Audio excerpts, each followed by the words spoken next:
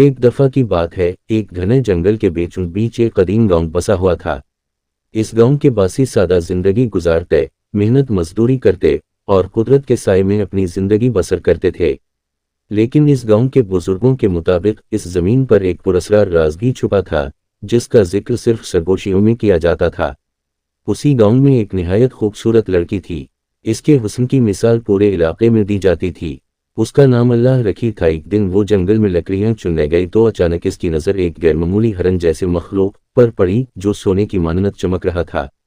ہرن کی آنکھیں کسی انسان کی طرح نرم اور گہری تھیں، جیسے وہ کچھ کہنا چاہ رہا ہو۔ اللہ رکھی کو لگا کہ وہ بس اس ہرن کو دیکھتی رہے۔ کچھ دیر کے بعد وہ ہرن جنگل کی گہرائیوں میں چلا گیا، اور حیرت کی بات یہ تھی کہ اللہ رکھی اس کے پیچھے چل پڑی، جیسے کوئی جادو اس پر طاری ہو گیا ہو۔ یہ سفر اسے ایک پوشیدہ غار تک لے آیا، جہاں ہر طرف سونا ہی سونا چمک رہا تھا۔ دیواروں میں جڑے قیمتی جواہرات، زمین پر بکھرے ہوئے سونے کے سکے اور قدیم خزانوں کے صندوق۔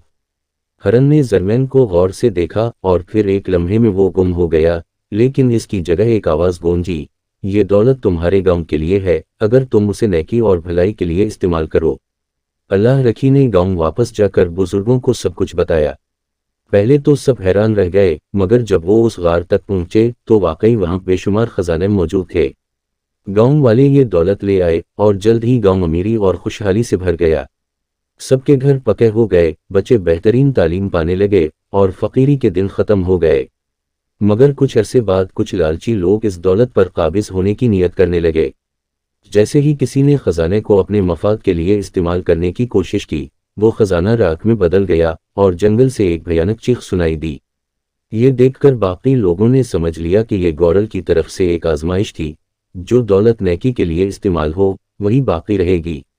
آج بھی گاؤں کے بزرگ یہ کہانی سناتے ہیں کہ اگر نیت صاف ہو تو قسمت خود راستے بنا دیتی ہے، مگر لالچ انسان کو برباد کر دیتا ہے۔